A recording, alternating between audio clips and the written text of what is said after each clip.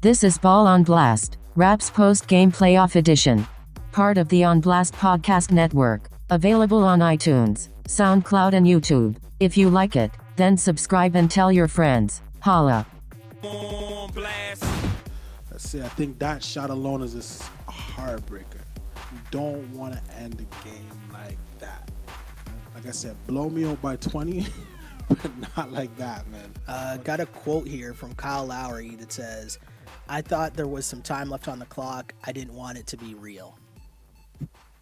Again, reacting to the LeBron buzzer beater, which, again, was crazy. It'll be another LeBron, career highlight tape moment. But in the context of breaking this down from a Raptors perspective, or breaking this down from, now you're down 3-0 if you're the Toronto Raptors, like that shot is going to get so much of the attention, and it's just another dagger in the Lebronto. LeBron runs the Raptors, blah, blah, blah. It's another dagger in that, but it's masking so many bigger issues with this team and what they've done in this series. Right. And Kyle, we finally saw the Kyle Lowry that we know, the Kyle Lowry that the team needs, but why did that have to come with DeMar DeRozan on the bench? I don't understand that. I think they were I think the Raptors in general were just too comfortable going into. But how can you be too comfortable down 0-2? My question, right? That's the question. We don't know. So we got.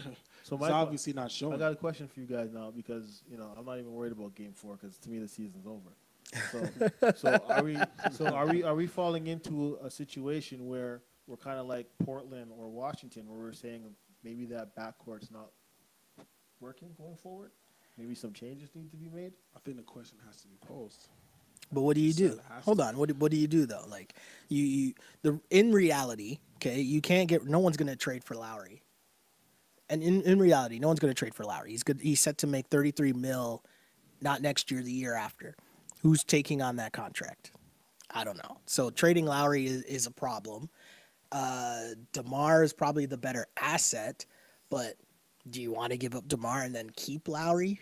Serge also makes it I don't know what you do. I think you just got to hope that your rookies improve. I think you got to hope that, maybe you get another CJ Miles type pickup in terms of just another guy who can score, another wing guy who can shoot threes. Because I think once you're playing this style of play, you need more shooters, more actual shooters. Because everyone, back me up here because I want to talk about this, right? I feel like when you talk to Raptor fans and you talk about what the Cavs team is, you always hear something to the effect of, well, JR's not going to do that again, or Korver's not going to do that again, or how's Jeff Green all of a sudden hitting all these shots? But it's they're just hitting wide open shots, right? They're good shooters, whereas I think OG can hit threes, but he's not necessarily a good shooter. CJ is CJ and Kyle, I think, are their only good 3-point shooters that they have. There's something I've seen. We're watching the game about CJ, and I know I gave him a lot of flack the first couple games, but you know what? He played very, very well this game, and I think they're not setting screens hard enough for him when he comes off and he's taking those threes. Yeah. He's not getting enough space in between. Right. You got to set harder and better screens. When he's coming off the curl for those corner threes, or those those side threes, he's not getting enough space to create. Well, when you compare that to when you watch Kyle Korver and how well Kyle Korver is getting open on the set plays for him, I'm not talking about the back cuts or LeBron driving and kicking. Yeah. I mean when they run set plays for Korver. Right, he's wide open.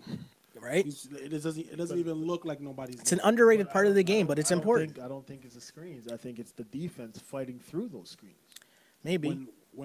Okay, I see what you're saying. Yeah, right? Well, we've seen it. Yeah.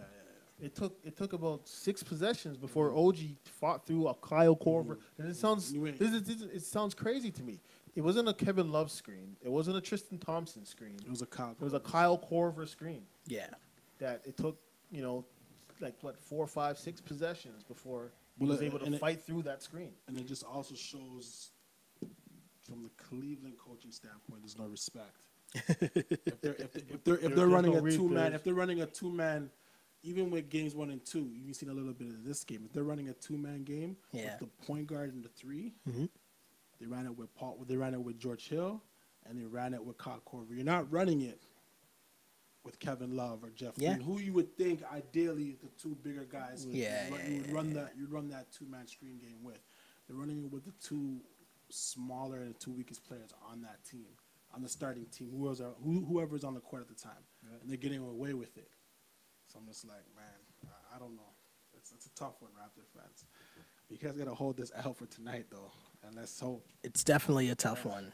It's definitely a tough one. No matter, even if the Raptors come back, let's just say they come back and win, or let's just say they come back and make it a series, the shot that LeBron hit is going to be the highlight, no matter what.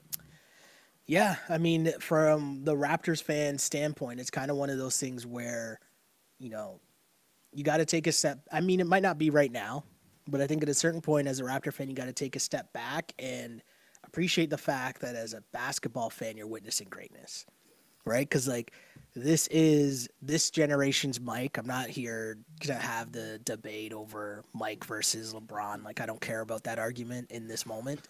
But I'm saying this generation's version of Michael Jordan, however you want to take that, this generation's Kobe, however you want to take that, you know. At a certain point, you just got to sit back and enjoy the fact that you're watching greatness. And it's what he's doing is stupid. Yeah, it's actually dumb. It sucks that it's, you know, our home team, but it had to be somebody. And unfortunately, it's us. It is what it is. This is what we signed, you know, those guys to big contracts for, to play against them in the playoffs. This is what it is. And unfortunately, it's another year and we're underperforming. Right, but he's only going to get better as the series goes on. Could you imagine? Let's take it back to the not the debate, but let's take it back to '96. Could you imagine if Mike went up and when you looked across, he was guarded by a rookie? Could you imagine? He's saying he should have been guarding. OG shouldn't have been guarding him. No, I'm not. Well, what are the other options? There's nobody else on the Raptors. You know, there's nobody else. Yeah, there's no other options. I'm just saying, like, could you imagine what? It's a different league, man. It's a different NBA. There's a lot. It's a lot younger NBA than it was when Mike played. I hear you, it's a different league, man. It's tough to compare the eras, and that's why I like the comparisons of Mike versus LeBron. It's tough on a lot of different waves, but rookies wouldn't even be playing much in Mike's era, period, much less starting and being your whole second unit, essentially, if we're talking about the Raptors, right? It's just a different game. And, I mean, there's a lot of focus on the last play. I see a quote here from Kyle Lowry who says, you know he's going left. He got to his spot. Maybe we could have doubled him or made him go right. He's going left. He made a tough shot. I mean, it's great to say that after the fact, but you were on the court, were you not? You could have doubled him. You would hope that, you know, maybe VanVleet leaves. Like, do we blame VanVleet if he leaves, runs over to double LeBron and leaves George Hill wide open and George Hill hits a game winner? Do we get mad if that happens? No, of course not. I think right, and I think that's the one tough part. And, you know, with the time on the LeBron, like I said, LeBron, he said in the post game interview, I live for these moments. So you take those moments out of his hand. Yeah. You can't blame OG, that's when you make. I don't blame him. No, right? I don't want to. I mean, you have to Yeah, guard. I don't want to hear anybody. You have to guard the guy. No, you can't blame OG. I don't want anybody. You have to guard the guy with the ball. Yeah, the guy guarded the best player in the world and still had 18 points. Yeah, OG. I mean, you can't be mad at OG. OG's balling out more than you need him to. This, to me, falls on DeMar DeRozan. There's a quote here Kyle Lowry when asked about DeMar DeRozan not playing in the fourth quarter, Kyle Lowry said, quote, "We had a group going in the fourth and coach rode with it. I'm not worried about it. A tough shooting night. DeMar was up cheering with everybody else. He's a great teammate. He wasn't pouting or anything." I mean, saying all the right things is Kyle Lowry for his boy. I noticed that normally DeMar DeRozan is normally at the presser with Kyle Lowry, and I see Kyle Lowry at the press conference by himself. That might be a story for another day, or we'll who knows if DeMar's even going to make it to the podium tonight because he clearly didn't have a good game. But to me, it falls on DeMar. And he plays well game 4. He plays well. I think here's the thing, though. Like, that doesn't like to be benched. I don't think he's at. I think he's gonna react well to it. If that's the case, then it should have happened in game 1 and 2. Yes. No, for sure. It's definitely a thing. I mean, what was his quote? We strive off adversity. Well, here it is. Adversity, man.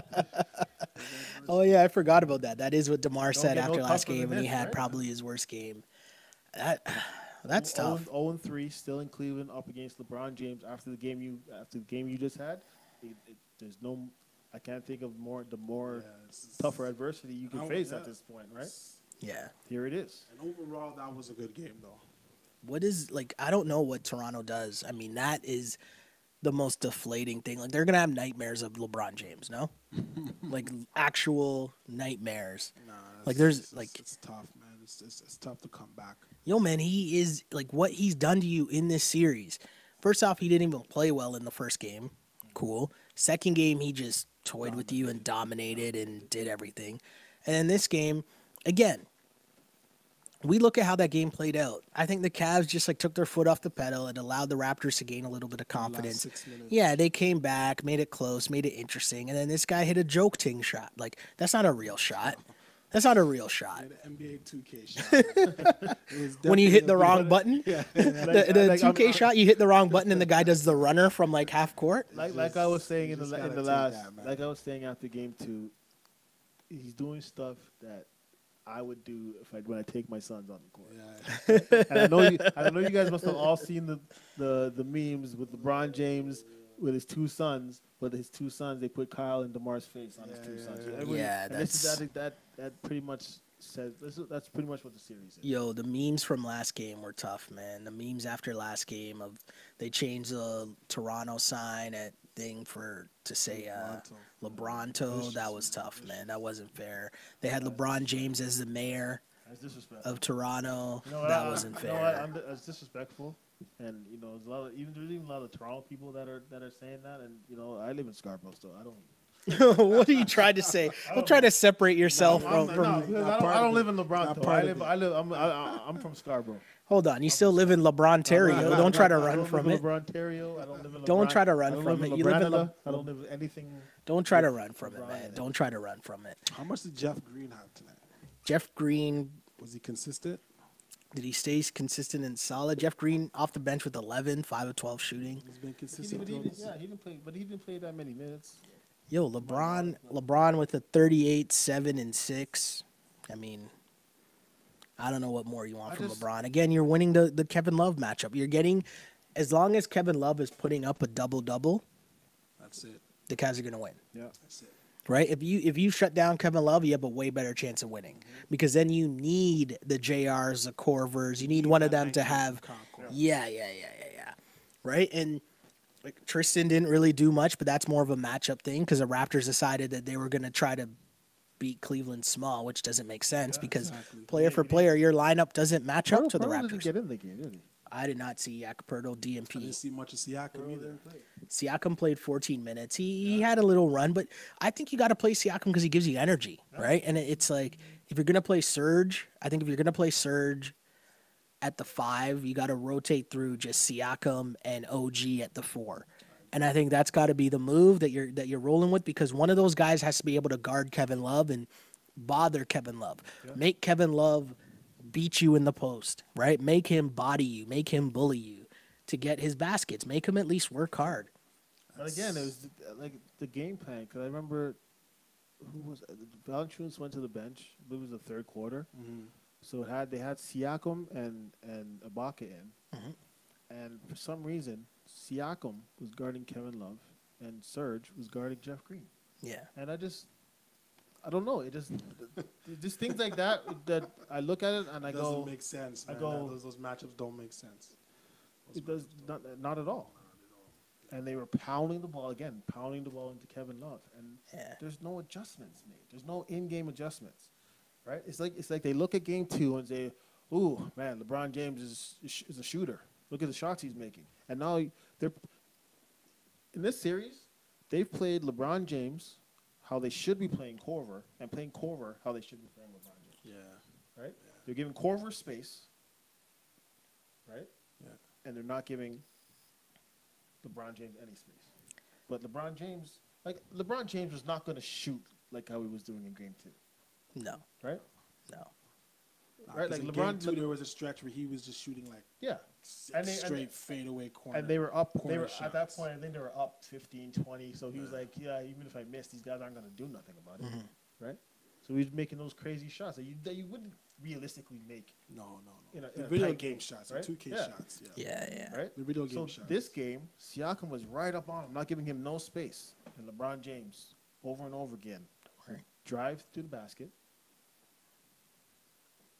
and lay the ball up. And he's getting a call too. I think that's why they probably took on Siakam. You Maybe make- he was in foul trouble Mm-hmm. and he wasn't getting the calls.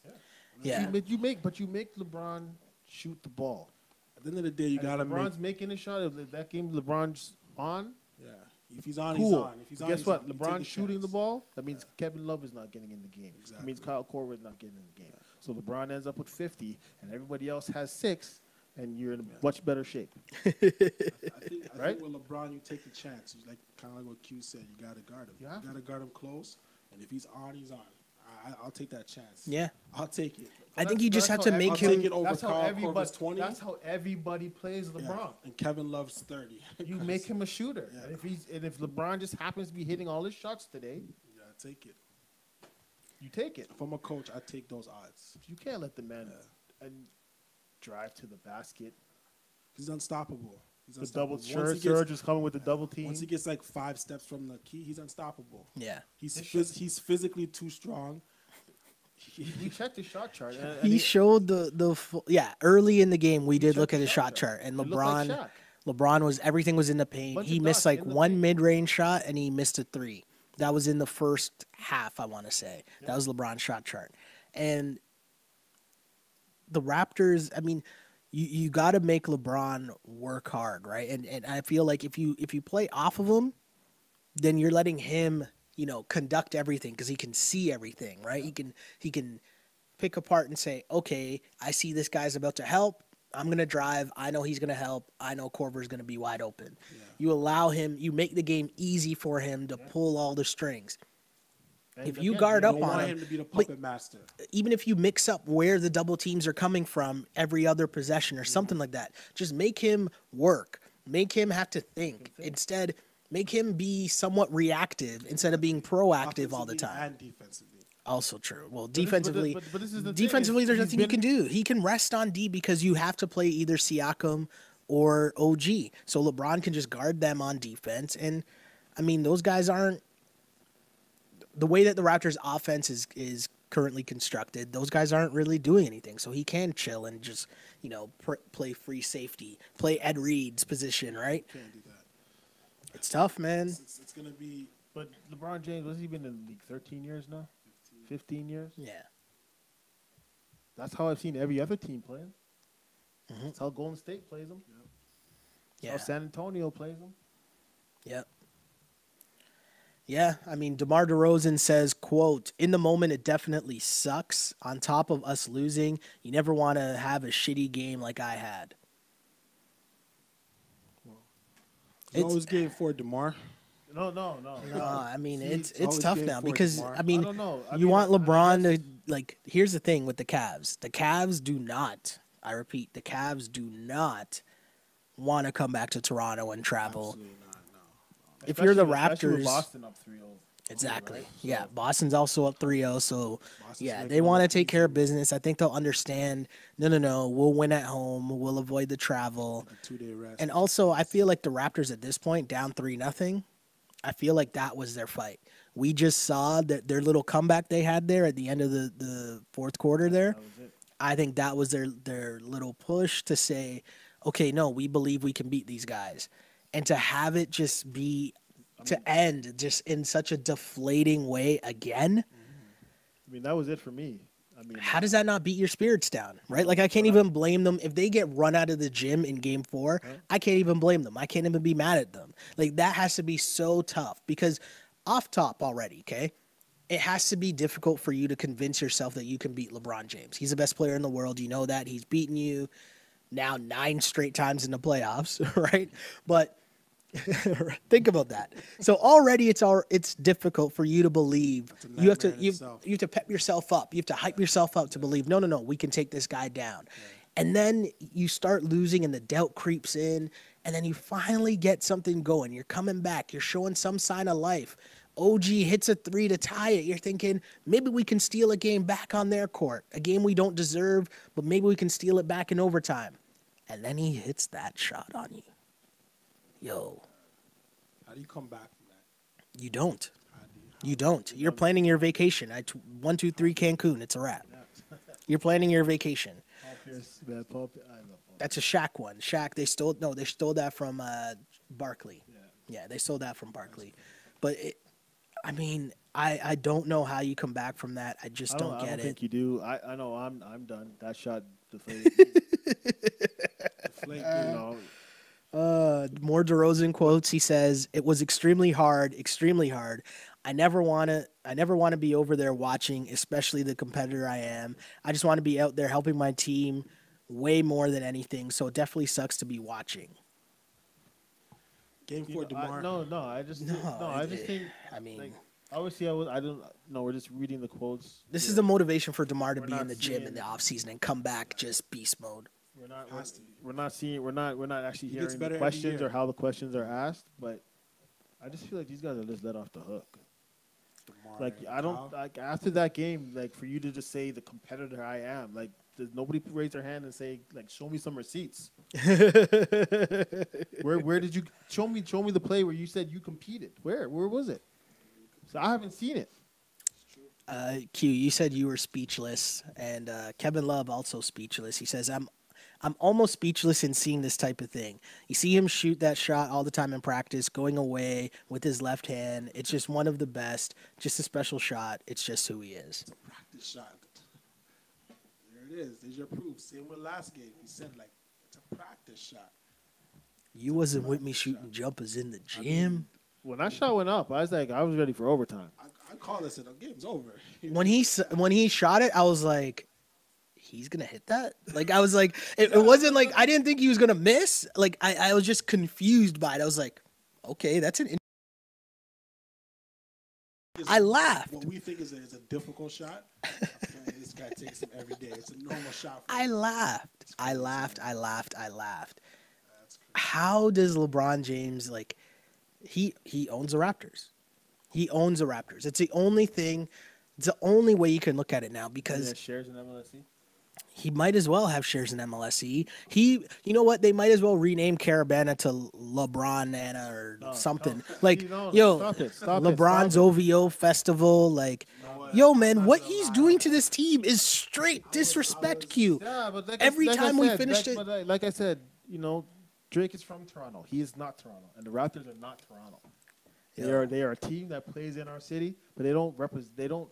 Yo, don't say that now. They don't dictate. You sound real salty right now. They don't dictate. They don't dictate who we are. You sound real salty right now. Then I will be. They don't dictate who we are.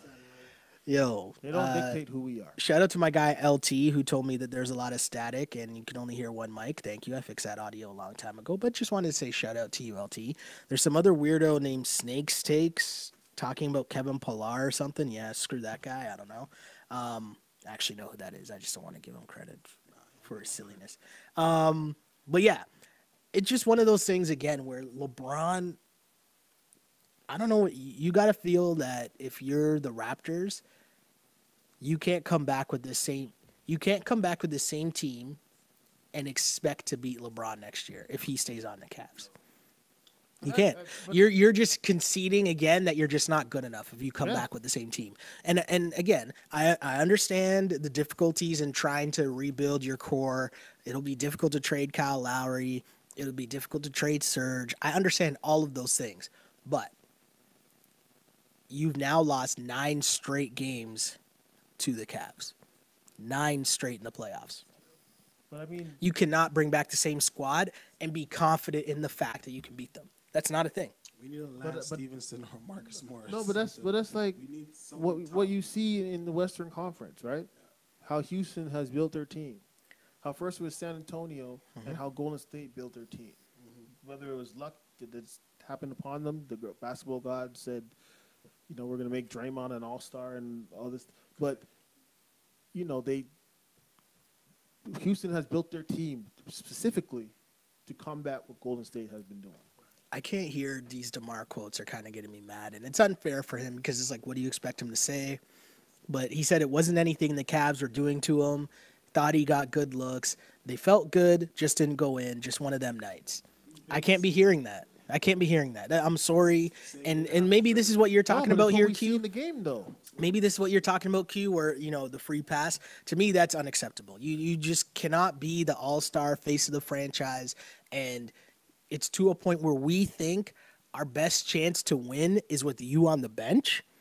You can't be the face of the franchise. You can't be the leader of this team, and our best chance to win a game is with you on the bench. That's not a thing. That's what, I understand. Listen to what he's saying compared to, if you scroll up, you'll see the OG quote where he said, "I haven't seen the replay yet, but I'll look at it later, and I'll find something that I should have done better."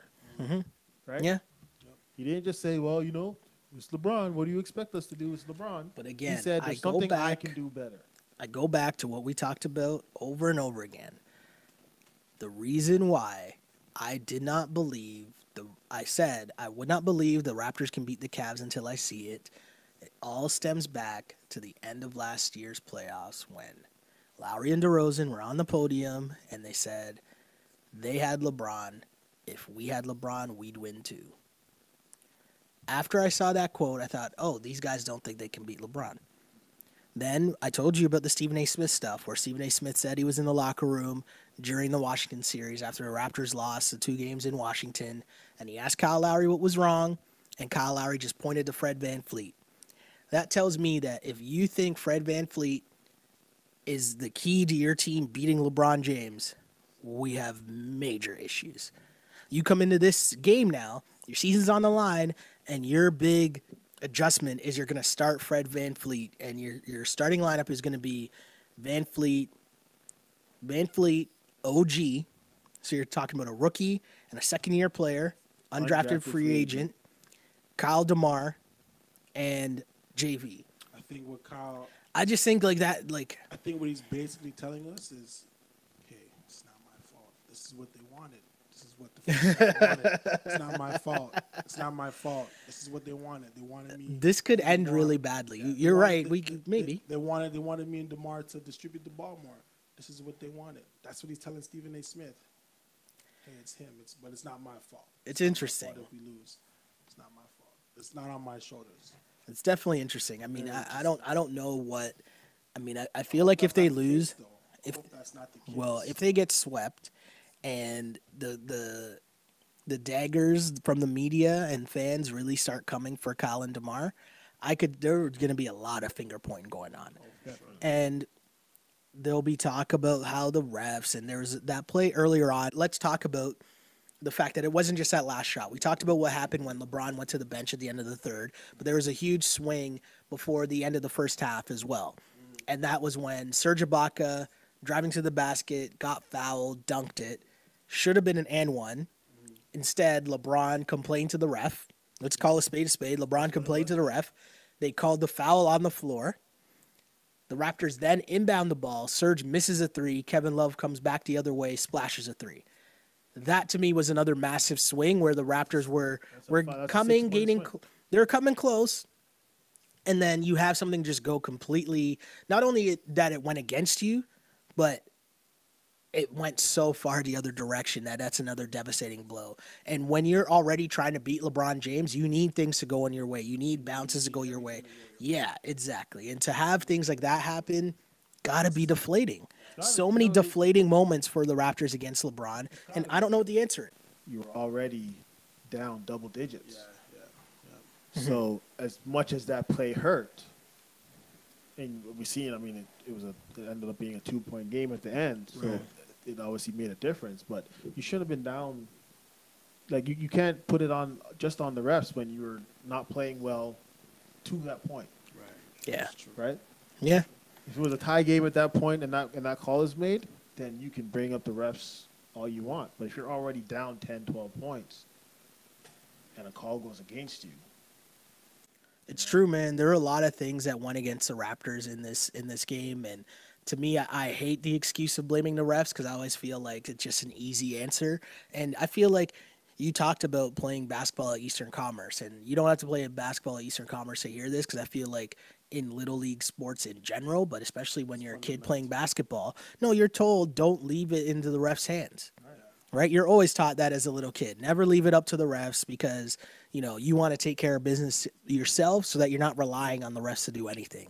And the Raptors just look bad when you're constantly arguing foul calls. You also lose credibility if you're always arguing foul calls, because then when there actually is a call that should have gone your way, you're not going to get it because you've been arguing every other little ticky-tack foul. And so, you know, someone, I want to cite who this is because I don't just want to say it. There was someone, when that Serge Ibaka play happened and then it went to halftime, someone said that Masai and Dwayne Casey were both arguing with the officials, like Masai courtside. And like, that's an interesting thing because obviously, I mean, he's a president of your team to be courtside arguing with refs. It's just not a good look. And it looks like everything that you've worked on, your whole culture reset that looked so perfect, looked so good for the whole season, is now falling apart miserably against LeBron. Like, I have a question. And at the end, LeBron's just Raptor proof. At the end of the day, like you said, you can't leave it up to the refs. And I think if you're playing well, and the calls are going against you, then yeah, of course you're going to be like, you know, we did all we could, but those 2 or 3 calls really, really killed us. You get more credibility saying that after the fact. Yeah. But when you're just playing like how you've been playing these last 3 games, those calls are just you're not going to get them because you're not being aggressive. You're not going to get any of those calls. You get those calls when you're being aggressive. Just to cite that, it was NBA reporter for USA Today, Jeff Zilgit, who said, not only is Dwayne Casey hot about reversing that foul on Ibaka from shooting to out of bounds, Raptors GM Masai Ujiri was just courtside yelling at the refs. It's coming undone for the Raptors, right? Like, everything is coming undone. And there's still a game 4. Who knows what's going to happen? But, I mean, if you're Masai, you're going to have to probably do another big-time speech at the end of this season now. And kind of, like, what do? You know, the culture reset. Do you call it a failure just because you lose to LeBron? I don't really. I mean, do you see a reset? Yeah, man. They changed their style of, like, here's the thing. They changed their style of. No, but a culture. Is it like culture. A 3-year reset, like the Leafs? I really want to know. No, but if it's like that, then we're good to go. Here's the we thing. go for another year. NHL, NBA, different. We don't have no first round draft. Well, we don't have a LeBron. So there's no. We don't have a LeBron. The Leafs have Austin Matthews. The Leafs have a LeBron and Austin Matthews. The Raptors don't have that. Yeah, I said that. The Leafs have a LeBron and Austin Matthews. How much of this blame do we put on the players? I think there's enough to go around. I think, to me, this series comes down to coaching and Kyle and DeMar. That's where I'm gonna put it. And what I mean by where's the culture reset is, we're seeing another heartless team go out there and play. Heartless team, ooh. Right? That's. I mean.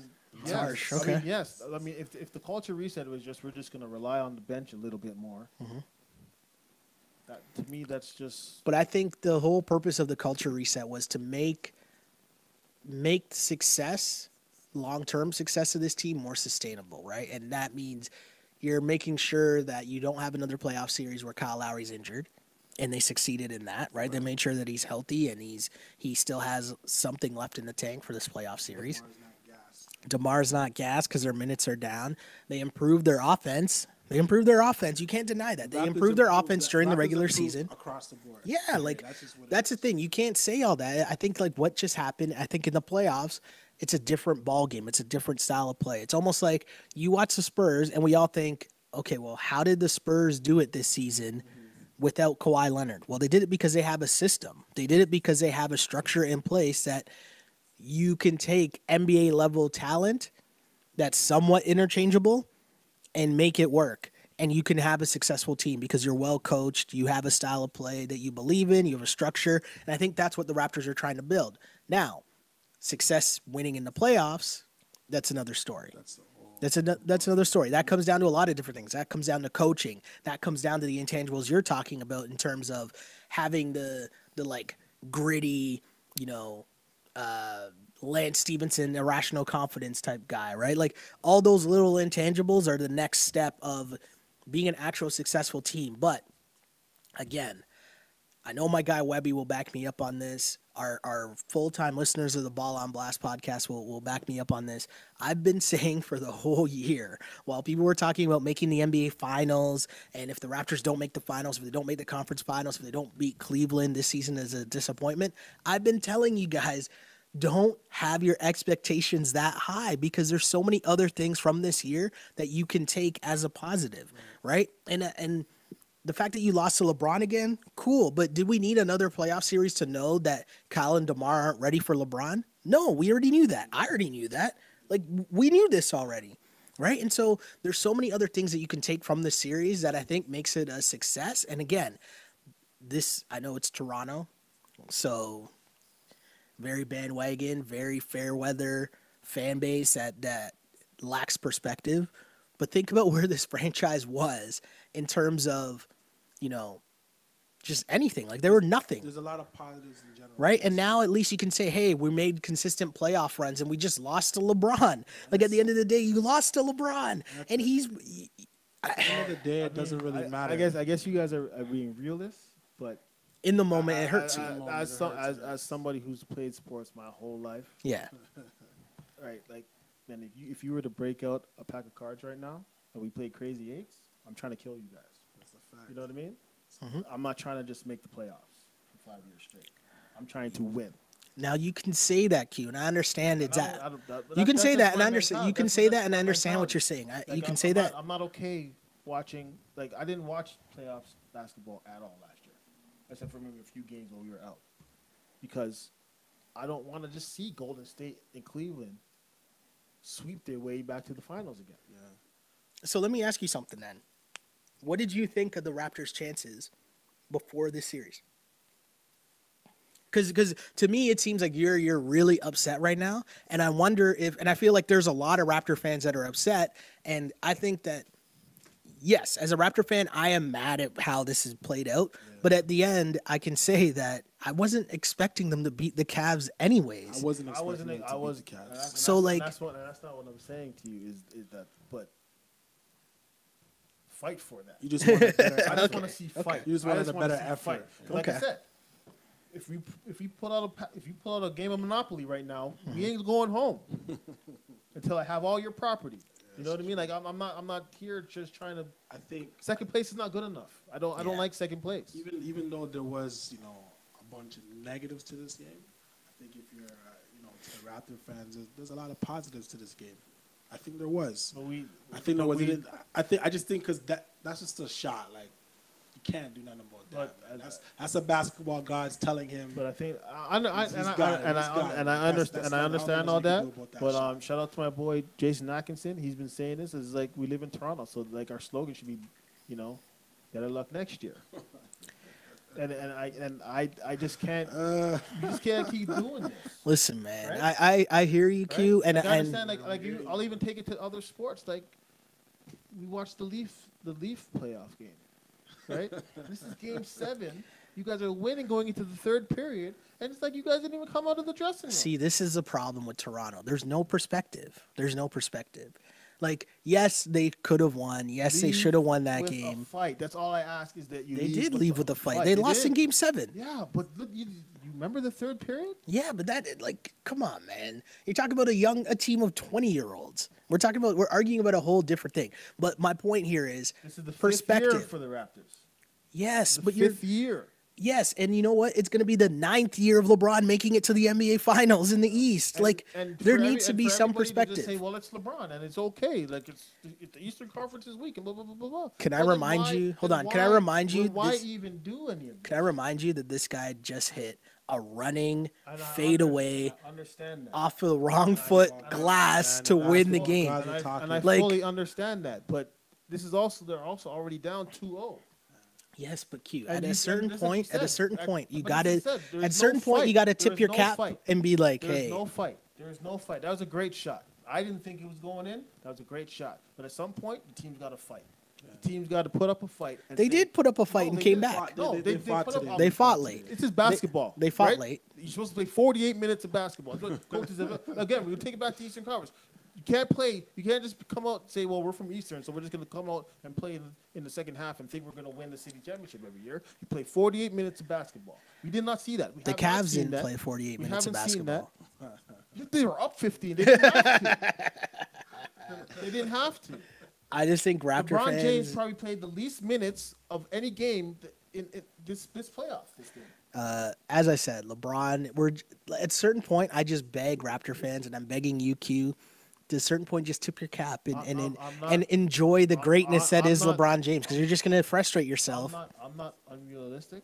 I know that doesn't matter what team comes out of the Eastern Conference, I see a sweep coming in the NBA Finals. For sure. So I'm not saying like this is our year. We should have been planning the parade. I'm not saying any of that, but I just want to see some fight. As I said, I want to see effort. See more effort. You want them to be more aggressive. Right? I want to see. I want to say. I want to see you die on the court. I want to say something to all the people that were chirping me all season, calling me a Raptors hater, when I told them that, oh, wait a second, you were one of those people in our group text about the Cavs and the Cavs making trades, and I just kept saying the Cavs have LeBron, and as long as they got LeBron and they could put out whoever else, they're going to win the East. All of those people, not only watching this series right now and seeing what LeBron James is actually doing, but to emphasize how much of a joke thing this is, LeBron postgame says, the level of difficulty of that shot is very difficult.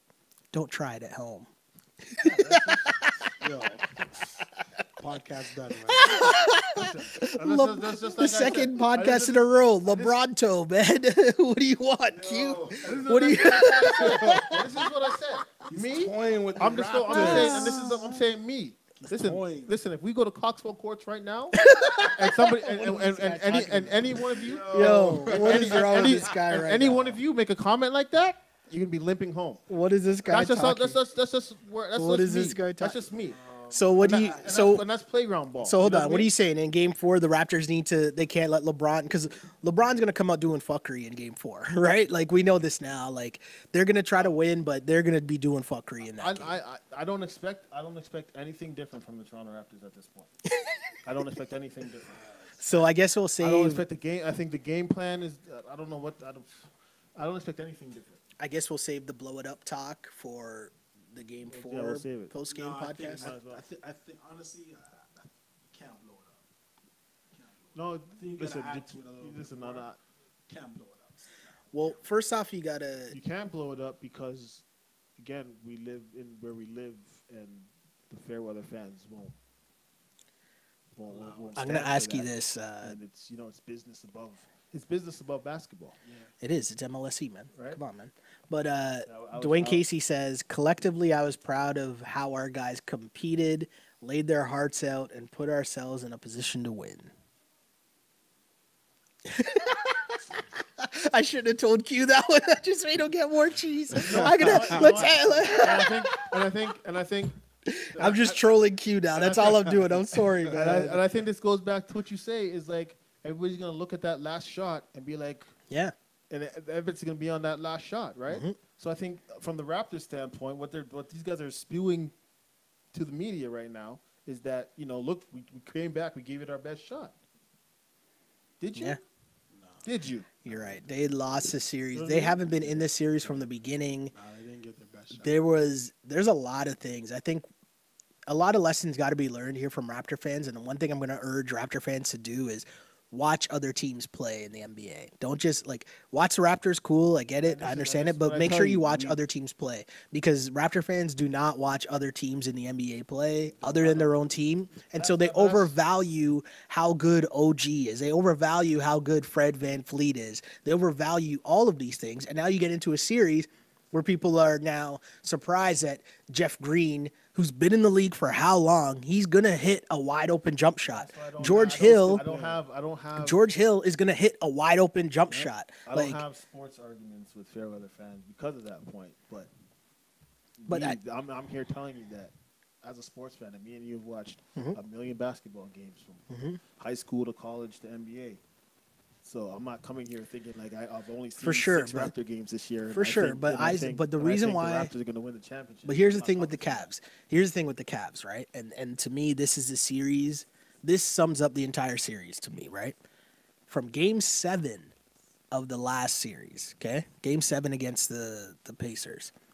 LeBron said, okay, we're going into Game 7. These are the guys that I want starting. It's going to be Tristan. It's going to be Korver. It's going to be Kevin Love. It's going to be JR. These are the guys I want with me because I know what these guys do. I know what to expect of them. JR can hit a wide open shot. Korver can hit an open shot. Kevin Love can get busy in the post. Tristan's going to give me action. He's going to give me rebounding. He's going to give me all those intangibles. I know these are the guys that I can trust when everything's on the line. Mm-hmm. Let's go. Let's roll. They knew that. And then they started from that point and adjusted along the way. The Raptors have been chasing the entire series because, again, they don't know who their best players are, so they don't know. You're in a position now where you're starting a lineup that I've never seen play before with the Raptors. You're looking for answers. You're searching for answers because you still don't know what your best lineup is. So this whole season where we heard about how great the Raptors bench is, and I was trying to tell everybody it's great to have this whole big bench, but in the playoffs it comes down to who are your best players. We're in a position where we still don't know. And your man's DeRozan was on the bench in the fourth quarter with the season on the line. So, I don't know. It's tough. Raptor fans are disappointed again. And I don't know what to tell you at this point other than, I mean, it's LeBron's world and we're just living in it right now. That's the reality of the situation. LeBron owns, like, you almost as the Raptors want to lose game 4 because you don't even want LeBron to come back and disrespect you again on your home court. Every game, one last slapping on your home court, like it's just, every game should have been win or go home mentality for the Raptors. I hurt more not as a Raptor fan, as a Toronto citizen. It burns me watching what this man did. I get that you're cheese cute, and deep down, like I've been laughing throughout this whole thing because I can't believe it. I want it to happen in Toronto because I want to see JR because we need to have a shot of Hennessy together. I'm a Henny guy too. I'm a LeBron fan. Yeah, like I said I'm a Toronto kid. Yeah, when I see him hitting these shots, half of me's like, what the hell is going on? Right I swear to you, the other day, this guy really that good. He's hitting these crazy shots. I don't even want to see him hit these shots against us like that. But I'm like, damn, like this guy's hitting off the wrong. Yo, court. I swear to you, fadeaway jumpers. I swear to you, after game 3, the next day, I was going to work, and I threw on like a black hoodie, black fitted, and I was ready to go to work. And I'm like, oh, let me grab one of my black pairs of shoes. And the closest pair of shoes to me were the black LeBron Soldiers, and I picked them up, and I put them back down. And I was like, I can't do it. I can't rock LeBrons. I couldn't do it. Like, it just hurt my feelings. The whole Lebronto thing just hurt my feelings as a Torontonian. I'm like, I can't walk down these Toronto streets right now in LeBrons. I can't do that. I don't know when I'll put those shoes back on again. I took my son to basketball and I seen another kid wearing some LeBrons. I wanted to kick him. Yo, what's wrong with this guy? Yo, what are you doing? I'm just saying, LeBron is crushing the city. Let's end this podcast before Q talks about some more outlandish behavior that he wants to do to little kids. What is going on right now? What LeBron is doing to us is what Wayne Gretzky got away with like 15 years ago to Doug Gilmour with that. That's it's true. It's true. He's kicking our ass, and that's just what it is, man. Well, again, apologies for the technical difficulties off the front end, but I hope you enjoyed this edition of the Ball on Blast podcast. Guys, tell them where people can find you online, Beals. All social media platforms at Beals BTMG. Q? Instagram at DDSCaps. And also my personal is at simply_just_Q. Let's keep that in. Raptor fans, send him your condolences. Send him some like happy pictures so he can like mourn the loss of his team this year. Put a smiley face under his page, man. Right? Hit him with the smiley face. And you can find me on Twitter at Shell Alexander. The same place you can find this Ball on Blast live post-game show after the Raptors games, and might be running out of Raptors playoff games. But you can find me on Twitter at Shell Alexander and on Instagram at Sheldon Alexander. And I thought it would be tough. Celtics. I thought it would be tough to come back and do game 3 of this post-game show after what happened in game 2. And now after what happened in game 3, man, Lebronto ending it. Lebronto is ending it once again. Got game 4, DeMar. Yo, for game 4, I'm gonna put the Raptors hat to rest. I'm gonna wear a DDS cap so you guys on my hat. Again, I am Sheldon Alexander. This is the Ball on Blast podcast, and as always, unpolished and unapologetic. Until next time, see ya. This is Ball on Blast, Raps post-game playoff edition. Part of the On Blast Podcast Network. Available on iTunes, SoundCloud and YouTube. If you like it, then subscribe and tell your friends. Holla. On blast.